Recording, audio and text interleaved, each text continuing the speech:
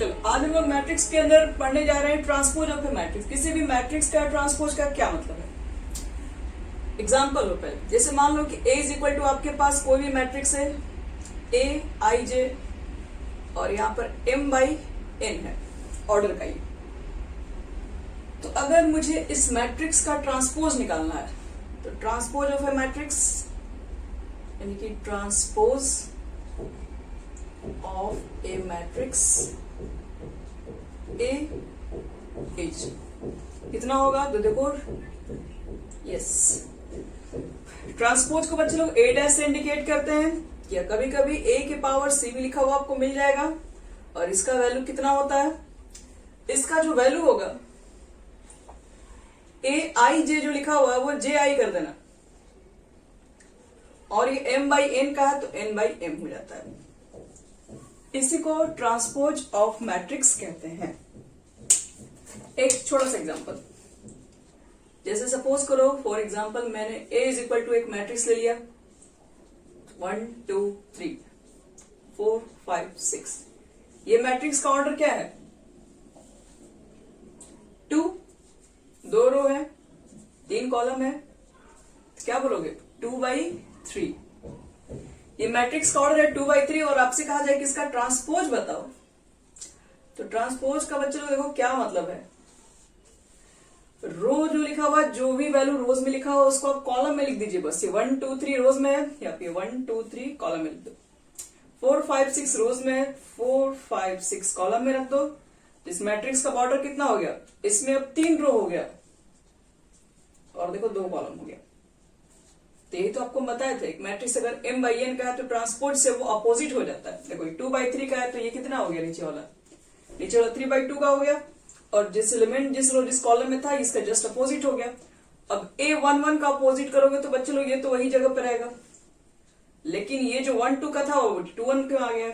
तो बस यही है ट्रांसपोज किसी भी मैट्रिक्स का मतलब यही होता है कि आप क्या कर रहे हैं कि जितने उसमें रो वाइज एलिमेंट लिखे उसको आप कॉलम वाइज कर रहे हैं, बस यही होता है इसका मतलब। तो इसकी कुछ प्रॉपर्टीज है, property of transpose of matrices, इसको मिटा रहे हैं। Properties of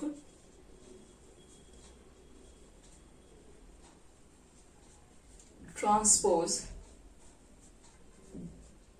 of matrices. चलो यहां देखते हैं, जैसे मान लो कि आपके पास कोई मैट्रिक्स है, सपोज कोई भी ए मैट्रिक्स मान लो है और बी भी तुम्हारे पास कोई मैट्रिक्स है। दो मैट्रिक्स को मान लो अगर आपने ऐड कर दिया और फिर आपको कहा गया कि आप इसको ट्रांसपोज करके दिखाइए, नो प्रॉब्लम। दोनों मैट्रिक्स को पहले ऐड कर लेंगे, उसको ट्रांसपोज कर देंगे, मतलब जो रो था उसको कॉलम में कर देंगे। अब इसको ऐसे निकालो चाहे ऐसे डायरेक्ट लेके बना दो, एक ही आंसर होगा, या ट्रांसपोज करके दोनों को ऐड कर दो, सेम मीनिंग है। ऐसे भी देखो, अगर मान लो कि कोई मैट्रिक्स है उसमें के से मल्टीप्लाई करो और उसका ट्रांसपोज निकालो, और ये बिल्कुल किसके इक्वल होगा, ये इसके इक्वल होगा के ए डैश। कांस्टेंट जो आप मल्टीप्लाई की वो कॉमन भी निकाल सकते हैं बात। या फिर कहा जाता है कि अगर प्लस के साथ है तो ये माइनस के साथ भी काम करता है, तो A dash minus B dash. 4 number है, किसी भी मैट्रिक्स को ट्रांसपोज करो फिर दोबारा उसी को फिर ट्रांसपोज कर दो तो वो फिर किसके इक्वल हो जाएगा, ए के इक्वल हो जाता है। तो ये कुछ ट्रांसपोज ऑफ मैट्रिसेस की कुछ प्रॉपर्टीज है। दो मैट्रिक्स को ऐड करके ट्रांसपोज निकालो, वो इक्वल होता है, अलग अलग ट्रांसपोज निकाल के दोनों को ऐड कर दो। चलो ये हमारा हो गया कंप्लीट। अब हमको पढ़ना है इसके बाद just symmetric and skew symmetric matrices क्या होता है, मिटा रहे इसको। Symmetric and skew symmetric matrices.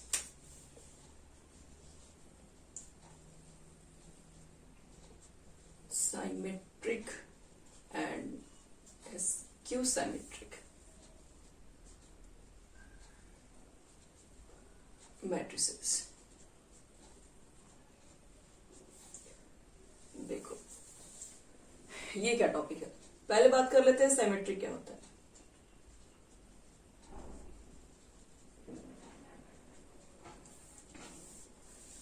So those matrices are said to be symmetric if क्या, ए डैश इज इक्वल टू ए। किसी भी मैट्रिक्स को ट्रांसपोज करो और ट्रांसपोज करने के बावजूद भी वो वही रह जाए, तो इस तरह के मैट्रिक्स को बोलते हैं सिमेट्रिक मैट्रिक्स। एग्जाम्पल चाहिए आपको, चलिए एग्जाम्पल दिखा रहे हैं। जैसे मान लो तुम्हारे पास एक मैट्रिक्स है 2 3 4,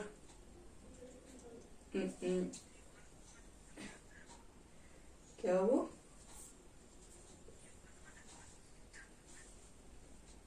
हाँ सब इक्वली रख दोगे तो फिर तो वही हो जाएगा ना।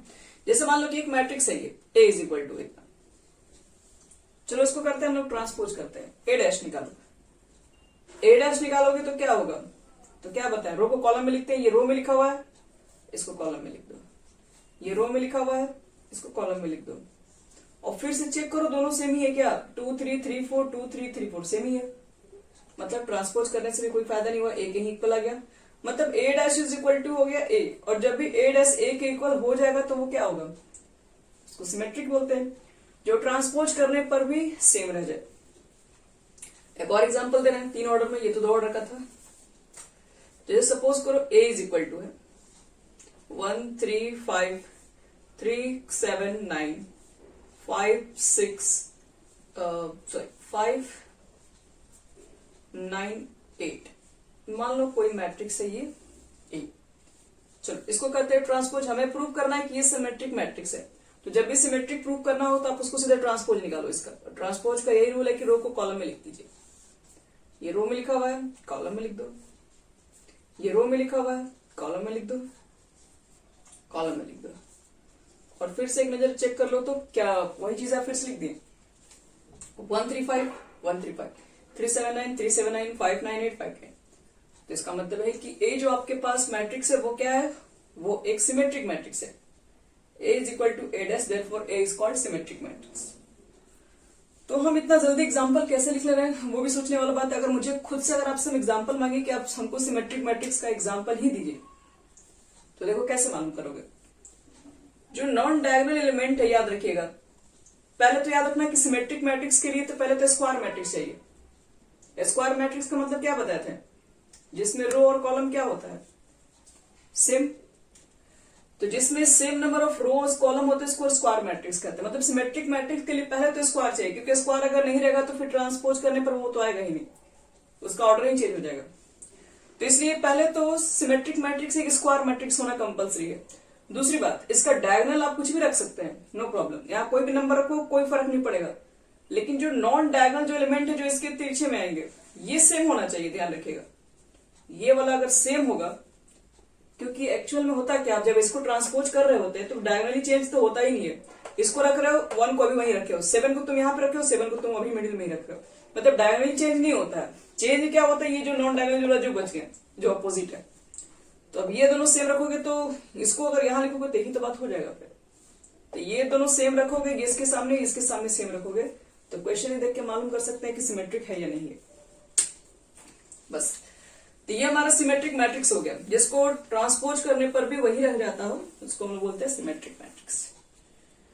चलो सेकंड हमारे पास है skew symmetric matrices. Skew symmetric matrices, तो इसको बोलते हैं those matrices are said to be skew symmetric if A dash is equal to minus A. जिसको ट्रांसपोज करे बच्चे लोग तो वही चीज है, लेकिन वो माइनस के साथ है। एग्जाम्पल क्या ले सकते हैं और देखते हैं। जैसे सपोज करो a इज इक्वल टू तुम्हारे पास गिवन है 0 2 -2 0। सपोज करते हैं इसको ट्रांसपोज कीजिए। ट्रांसपोज करोगे तो रो को लिखोगे कॉलम में, रो को लिखोगे कॉलम में। क्या ये दोनों सेम है, ये 0 -2 ये 0 2 है, तो सेम तो है नहीं। क्या करो, माइनस कॉमन ले लो, 0 में कोई फर्क नहीं पड़ेगा, माइनस कॉमन लोगे तो ये प्लस में हो जाएगा, ये प्लस वाला है तो माइनस में हो जाएगा, ये तो 0 ही रह जाएगा। अब चेक करो ये दोनों अभी भी सेम हो गया, तो इसका मतलब इसको हम ए लिख सकते हैं, यानी ए डैश इज इक्वल टू अगर ए आ जाए, सॉरी माइनस ए आ जाए, तो वो होता है स्क्यू सिमेट्रिक मैट्रिक्स। और स्क्यू सिमेट्रिक मैट्रिक्स का अगर अपने से एग्जांपल और भी लिखना है तो याद रखना ये डायगोनल एलिमेंट हमेशा सेम होना चाहिए। मतलब जीरो होना चाहिए, जीरो के अलावा और कुछ भी नहीं। और जो नॉन डायगोनल जो दिख रहा है ये वाली चीज है, ये हमेशा इक्वल होना चाहिए विथ अपोजिट साइन। बस इतना ही आपको मेहनत करना होता है। देखो एक और एग्जांपल लेते हैं 3 ऑर्डर के अंदर।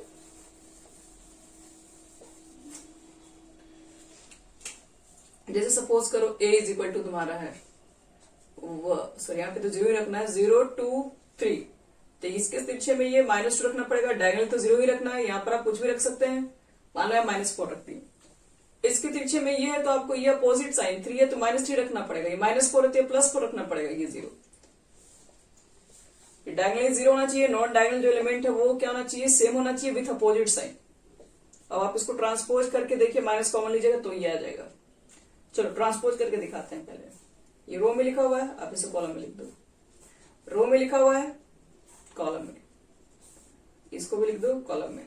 अब चेक करो क्या ये दोनों इक्वल है, नहीं होगा क्योंकि -2 है, यहाँ माइनस है वहां प्लस नहीं हो सकता। माइनस कॉमन ले लो। अगर हम इसमें से माइनस कॉमन ले ले तो क्या हो जाएगा, इसके सारे सिंबल चेंज करने होंगे, सबको चेंज करो, सबको चेंज करो। अब यहाँ पर चेक करो ये दोनों सेम है, यानी कि a इक्वल टू माइनस ए आ गया, तो a क्या हो जाएगा, सिमेट्रिक मैट्रिक्स। तो आसान है, याद रखना डायगोनली इसके 0 होने चाहिए, नॉन डायगोनल जो एलिमेंट है वो अपोजिट साइन के साथ हो, तो देख के हम लोग बता सकते हैं कि सिमेट्रिक मैट्रिक्स है, इसको सिमेट्रिक मैट्रिक्स है। चलो इसके अंदर भी इसकी कुछ प्रॉपर्टीज है उसको बता रहे हैं।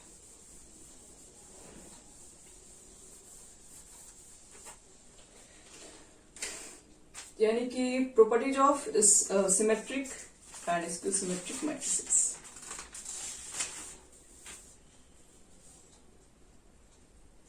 अब इसकी प्रॉपर्टीज बात करेंगे। प्रॉपर्टीज नंबर देखो, फर्स्ट प्रॉपर्टी ये है कि ऑल डायगोनल, जो भी बता रहे थे हम, all diagonal element of A skew symmetric matrix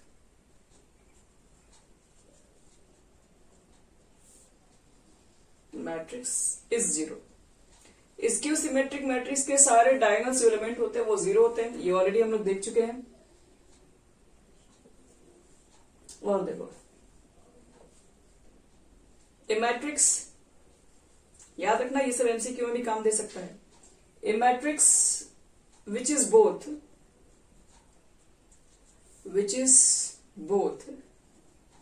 symmetric and skew symmetric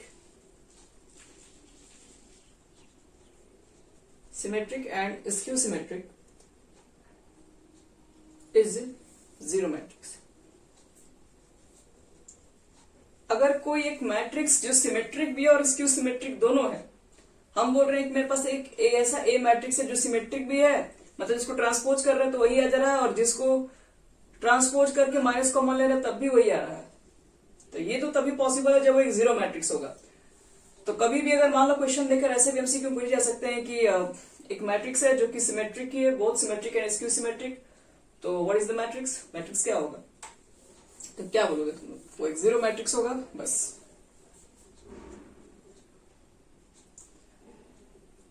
और सिमेट्रिक मैट्रिक्स की और भी खासियत है, वो दिखा रहे हैं।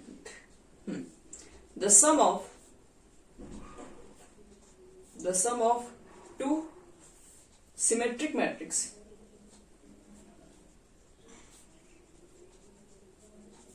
is always symmetric।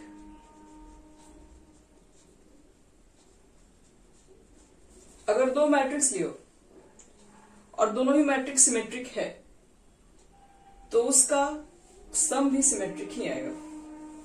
अब एग्जांपल भी एक दो दिखा रहे हैं इसके ऊपर। जैसे मान लो कि हम दो सिमेट्रिक मैट्रिक्स ले रहे हैं। सिमेट्रिक का मतलब क्या बताएं, डायगोनल आप कुछ भी लीजिए लेकिन जो नॉन डायगोनल है वो सेम होना चाहिए। ए सिमेट्रिक मैट्रिक्स है क्योंकि ट्रांसपोज करेंगे तो फिर वही आ जाएगा। और बी भी एक सिमेट्रिक मैट्रिक्स लो, कुछ भी, यहाँ कुछ भी लीजिए लेकिन ये सेम होना चाहिए सिमेट्रिक के लिए। ट्रांसपोज करोगे देखो फिर से वही आ जाएगा। रो को कॉलम में लिखोगे, ये चीज यहाँ लिखोगे, ये भी सिमेट्रिक है ये भी सिमेट्रिक है, तो कह रहा दोनों का सम लोगे तो भी सिमेट्रिक ही आएगा। दोनों को ऐड करके देखो, 415 538 538729। अब तुम इसको ट्रांसपोज करके देखो, तो रो को लिखो कॉलम में 5889। देख लो ये अभी भी सेम इसी के इक्वल है, यानी अभी भी a प्लस बी के ही इक्वल है। तो ट्रांसपोज करने पर अगर वही चीजें आ जाती हैं वापस तो सिमेट्रिक है। तो कभी भी कोई दो मैट्रिक्स अगर सिमेट्रिक है पहले से तो उसका सम भी सिमेट्रिक होगा। अगर वो स्क्यू सिमेट्रिक है, याद रखना, तो दो अगर स्क्यू सिमेट्रिक मैट्रिक्स है तो उसका भी सम स्क्यू सिमेट्रिक मैट्रिक्स ही होगा। यानी कि 4 नंबर में भी लिख सकते हैं the sum of two skew symmetric matrix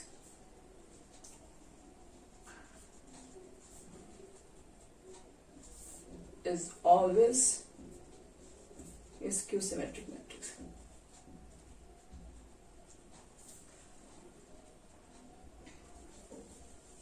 चलो ये हो गया अपना।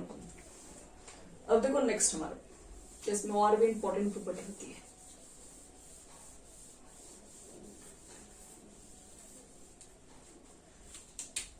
देखो 5 number property, a plus a dash. A मान लो कोई स्क्वायर मैट्रिक्स है तो ए प्लस जो ए डैश होता है वो ऑलवेज सिमेट्रिक होता है, और ए माइनस जो ए डैश होता है अगर कोई ए स्क्वायर मैट्रिक्स है तो ये हमेशा स्क्यू सिमेट्रिक आता है।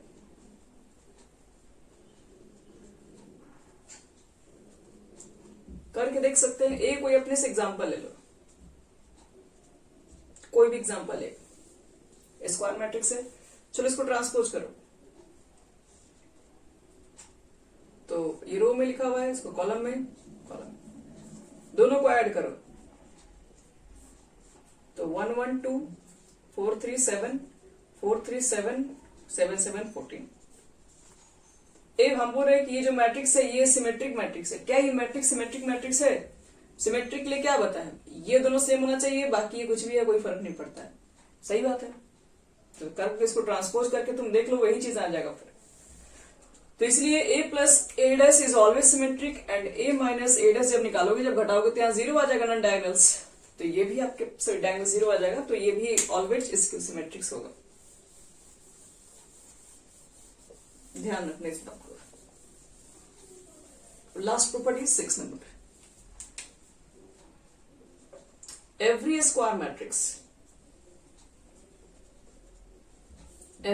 square matrix can be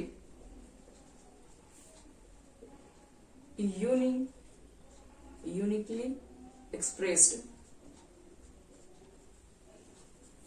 as the sum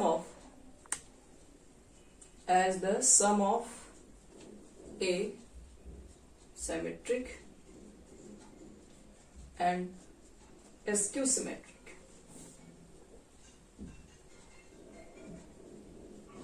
matrix. कह रहा है कि तुम्हारे पास कोई भी मैट्रिक्स है, कोई भी मैट्रिक्स मुझे दे दो। जैसे मान लो तुम कोई भी मुझे एक स्क्वायर मैट्रिक्स दे दो, कितना भी ऑर्डर का स्क्वायर मैट्रिक्स होना चाहिए, रो कॉलम इक्वल होना चाहिए। तो मान लो कि मेरे पास कोई ए स्क्वायर मैट्रिक्स है, कोई भी ऑर्डर का, मान लो 2x2, कितना भी हो सकता है।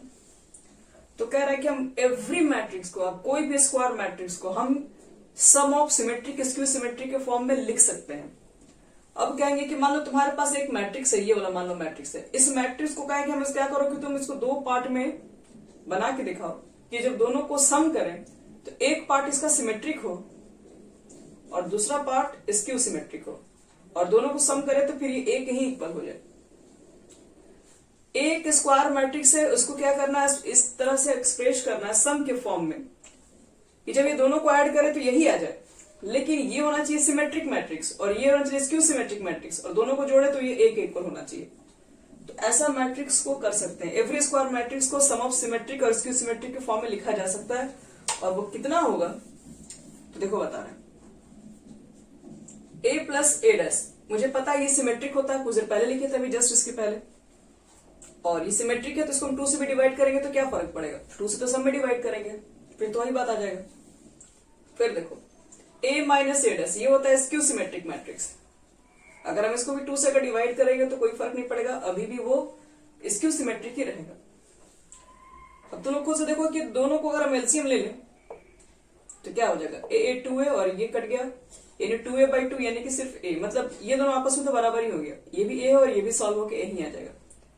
लेकिन ये क्या है, ये सिमेट्रिक है, और ये क्या है, स्क्यू सिमेट्रिक।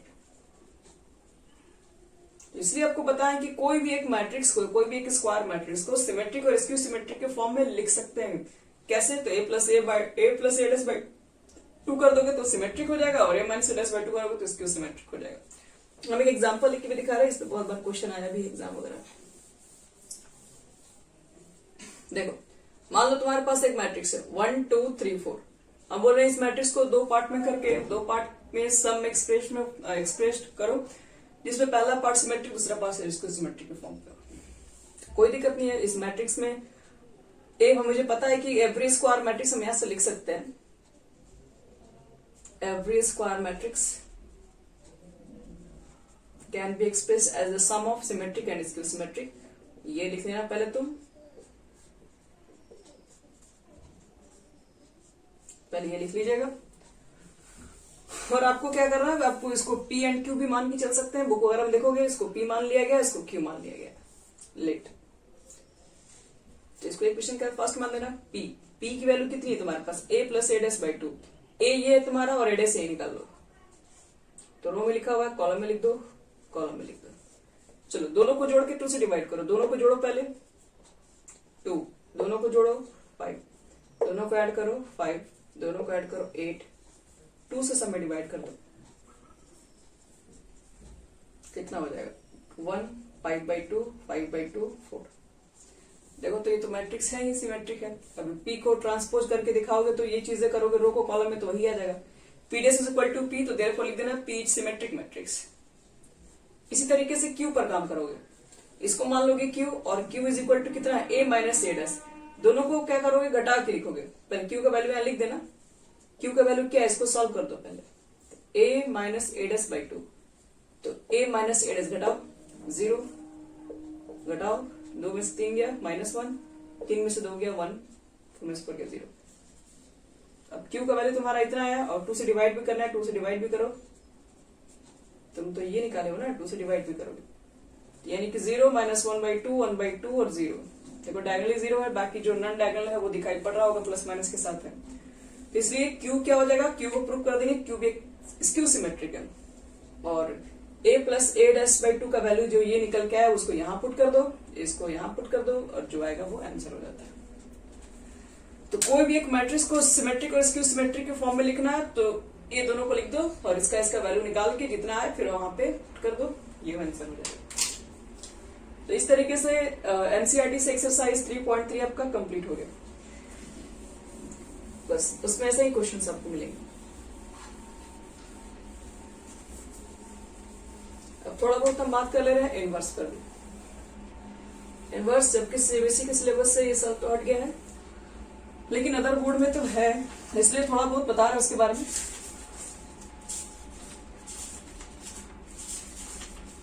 एक मिनट बस। Inverse of A matrix. एक मैट्रिक्स का इनवर्स कैसे निकालते हैं, जैसे मान लो तुम्हारे पास एक कोई स्क्वायर मैट्रिक्स है, उसका तुम्हें इनवर्स निकालना है।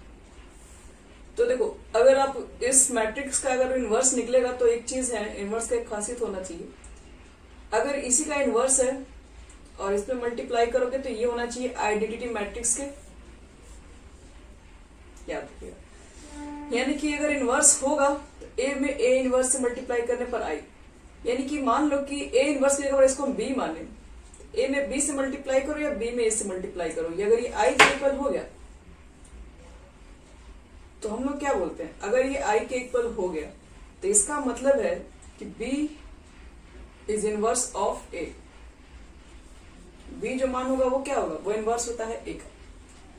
मतलब हमको एक ऐसा मैट्रिक्स, इनवर्स का मतलब क्या हुआ, इनवर्स का मतलब है कि हमको एक ऐसा मैट्रिक्स चाहिए, जैसे मुझे ए का इनवर्स निकालना, तो ए का इनवर्स का मतलब है कि मुझे एक ऐसा मैट्रिक्स चाहिए जो ए से मल्टीप्लाई करे, ए में उस मतलब आप जो इनवर्स निकालेंगे वो भी तो एक मैट्रिक्स ही है, तो इनवर्स का मतलब ये होता है कि आप एक ऐसा मैट्रिक्स निकालो कि जो गिवन यानी जो दिया हुआ मैट्रिक्स में मल्टीप्लाई करे तो पूरा वैल्यू आई के इक्वल हो जाए। आई बोले तो आइडेंटिटी मैट्रिक्स, यूनिट मैट्रिक्स, अगर 2 ऑर्डर का है तो ये हो जाना चाहिए। तो इसलिए इसको इस फॉर्म में लिखा जा सकता है। मान के चलते हैं कि बी क्या है, बी एक ऐसा मैट्रिक्स है जिसमें मे से मल्टीप्लाई करें या बी को वे में या फिर बी ए निकालें, ये दोनों पे मल्टीप्लाई करने पर अगर आई के इक्वल होता है, इसका मतलब है कि बी जो है वो क्या ए का इनवर्स है। ये डेफिनेशन होता है इनवर्स ऑफ मैट्रिक्स का। अब एक शॉर्ट तरीका बता रहे हैं कैसे निकालते हैं हम लोग इनवर्स। आसान तरीका बता रहे हैं क्योंकि एलिमेंट्री ऑपरेशन देखिए हटा दिया गया सिलेबस से। और रही बात बाकी बोर्ड में, तो ये सब क्वेश्चन बोर्ड में आपको डिटरमिनेंट मेथड से ज्यादातर दिया जाता है निकालने के लिए किसी भी इनवर्स के क्वेश्चन को, एलिमेंट्री मेथड नहीं दिया जाता है। तो मान लो कि अगर तुम्हारे पास कोई मैट्रिक्स है 1 2 3 4 और कहा जाए कि बताओ कि इसका इनवर्स कितना होगा, पहले ये चेक करो कि सारे मैट्रिक्स का इनवर्स निकलता नहीं है।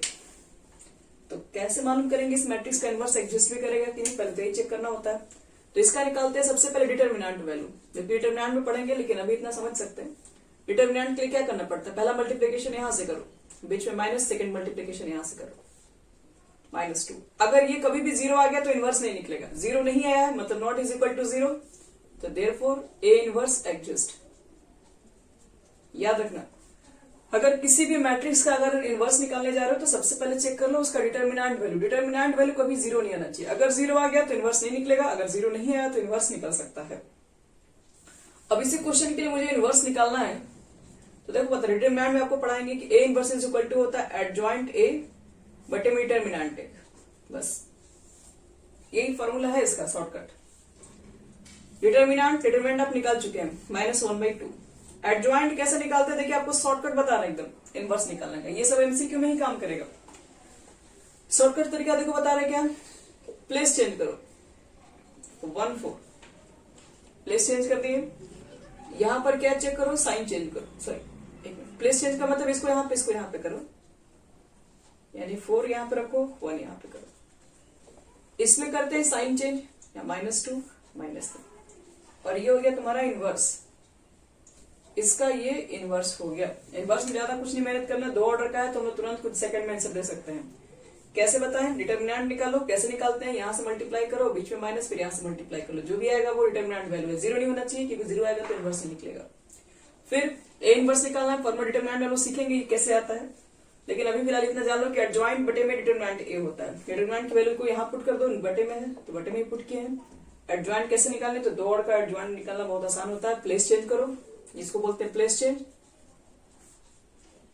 इसको बोलते हैं साइन चेंज। जो भी लेगा इसकी करो, साइन में चेंज करो, प्लेस नहीं। एक छोटा सा क्वेश्चन भी लेके बना के दिखा रहा है इस पर।